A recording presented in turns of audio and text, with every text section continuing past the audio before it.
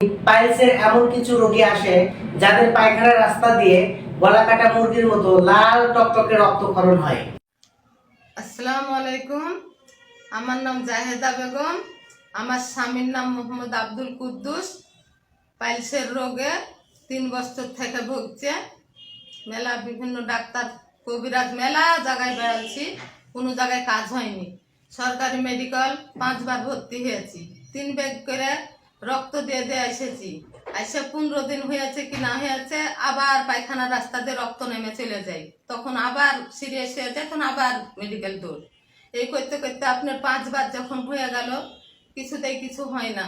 তারপরে তোফাইল আহমেদের হোমিও হলে আসলাম, টিভির অ্যাড দেখে।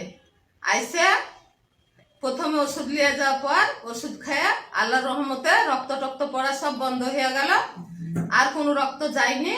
এবং 3 মাস হয়েছে ওষুধ নিয়ে যা খাওয়াচ্ছি, আল্লাহর রহমতে এখন খুব সুস্থ আছে, ভালো আছে। আসসালামু আলাইকুম, আমি ডাক্তার মোহাম্মদ তোফায়েল আহমেদ, বিএইচএমএস, ঢাকা বিশ্ববিদ্যালয় সরকারি homeopathic medical college, Mirpur 14, Dhaka.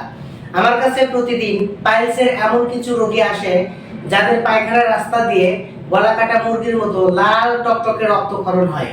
এমনকি পায়খানার রাস্তা দিয়ে চারপাশে মাংস বৃদ্ধি হয়, মাংসটি ভেতর থেকে বাইরের দিকে আসে, দেখতে লম্বা এবং গোলাকার, আঙ্গুর ফলের মতো অনেকটা অনুভব করে পানি খরচ করতে গিয়ে।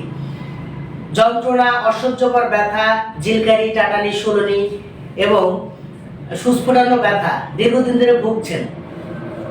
বাধ্য হয়ে অপারেশনে গিয়ে সুফল না পেয়ে ব্যর্থ হয়ে আমার কাছে ওষুধ সেবন করে উপকৃত হন।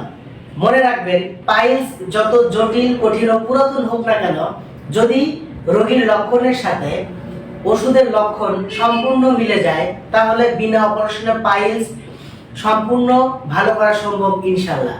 হোমিও চিকিৎসা নিন, ফিরে আসবে সুখের দিন। ধন্যবাদ।